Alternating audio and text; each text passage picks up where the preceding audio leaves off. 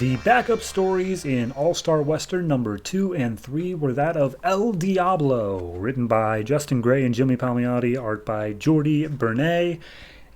I'm just going to let the story say exactly what it is because it's a whole text box of just his direct origin.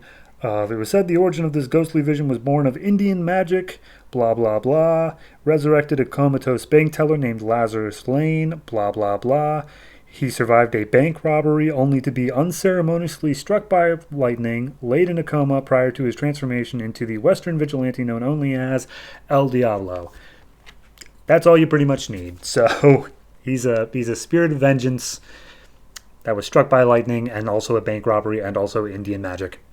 Moving on. So the story opens up. He's riding into town on a horse and everything's super quiet. There's nobody seemingly around until he turns the corner and zombies, straight up zombies, just start attacking him.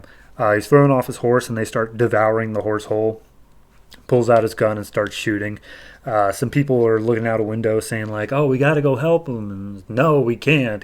He's dug his own grave." And as he's firing off some shots, thinking like, "Okay, this is weird. Perhaps it's a curse on par with my own." Man comes down on a ladder from a rooftop saying, "Hey, get up there if you want to live." And we see that it's the sheriff of the town who basically says, "This is all an Indian curse. That's all we know. But the dead are coming back to life, and if you're bit by them, typical zombie rules apply." And they go inside of this saloon tavern. Actually, I think it's a bank now that I'm looking at it. But regardless, they go inside, and there's a small group of survivors who have an Indian man tied up on a chair. And apparently they're saying that he's the only hope of calling off this horrible thing. His name is Two Crows, and apparently the guy who cast the curse is named Black River. But the man who's tied up knows nothing about any of this. He's like, "Oh, the only way it can be stopped is for a demon to kill all of the cursed." And Lazarus Lane is like, "Oh, okay, so that's why I'm here. All right, everybody, listen up. I can help you out, but what I need you to do is knock me unconscious and protect my body. Because when I go unconscious, El Diablo can come out to play."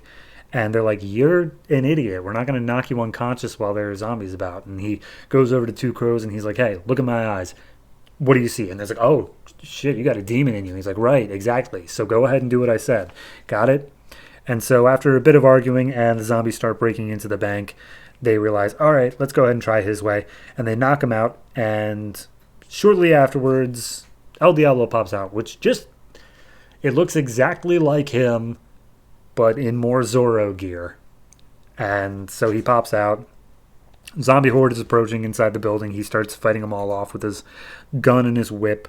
And he can feel that their master is nearby, so he yells out to show himself. And then he's shot in the chest with an arrow, which then makes the unconscious body of Lazarus Lane start bleeding. And then he's shot again in the leg with an arrow. And he's like, "Oh, you can't kill me." And then we see Black River, a guy in like a full wolf headdress and face paint and all that, shooting the arrows. And he's like, "Oh, maybe I can't kill you, but I can kill your body, which will do it." And then he just goes on this tirade of how the spirit of vengeance should be working with the Native Americans because they have all been wiped out by the white man. And he's like, "Oh, but killing innocents is never the proper cause, blah, blah, blah." And basically White River just gets the upper hand on El Diablo. And he's like, "Go back to your body, or I swear to God, I will kill you now." And he's like, "I will find you." And then he just goes back into his body, and Lazarus Lane wakes back up. And at that point, all the zombies start falling apart. The curse is lifted. And Two Crows comes in and basically gives the backstory on Black River of how he was basically, he was a normal guy who was raised by the Sioux clan, the Sioux tribe, when they slaughtered his entire wagon train, and then they taught him in forgotten magic and turned him into a great warrior. But now he's gone crazy and is just trying to get as much magic as humanly possible. And the one guy who's all antsy about this whole situation is named Merle. He's about to shoot Two Crows, and Lazarus is like, "No, don't shoot him, innocent life, blah, blah, blah." So as they go out, they see all the buzzards picking in all the dead bodies. Sheriff says that him and Merle need to start cleaning up.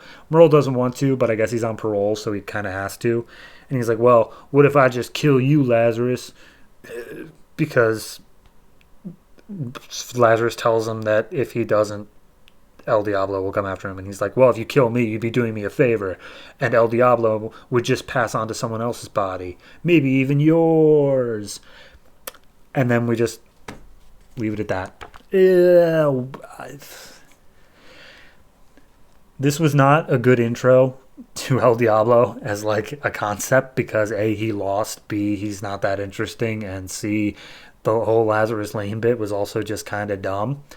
Like, this felt more like, I don't know, like chapter 3 of just like, we've already been through the big bombastic opening and the cool story that we wanted to tell, and this is just kind of a smaller thing while we're padding out until we get to the next big thing we want to tell. So I don't know why this is the thing that we're like, oh, check it out, cool new character, right? And it's like, no, though. And to be fair, I don't even think he is a new character because they specifically don't mention that it is a new character created by Justin Gray and Jimmy Palmiotti on the first page of it. So he may be a pre-existing guy, but regardless, this was not a good intro to him. Art-wise is okay. It's a little bit more stylistic than House style, but it's not great. Jordy Burnett's got... It's got something there, but I feel like the inks are what really is not working for this. They're all just a bit too heavy. It looks a bit too cartoony on almost every page, if that makes any sense. So overall, I can't really suggest checking out this one, period. Like, it's okay, but it's only just barely hitting average, and that's not great for the introduction of a brand new character. So yeah, it's a pass from me.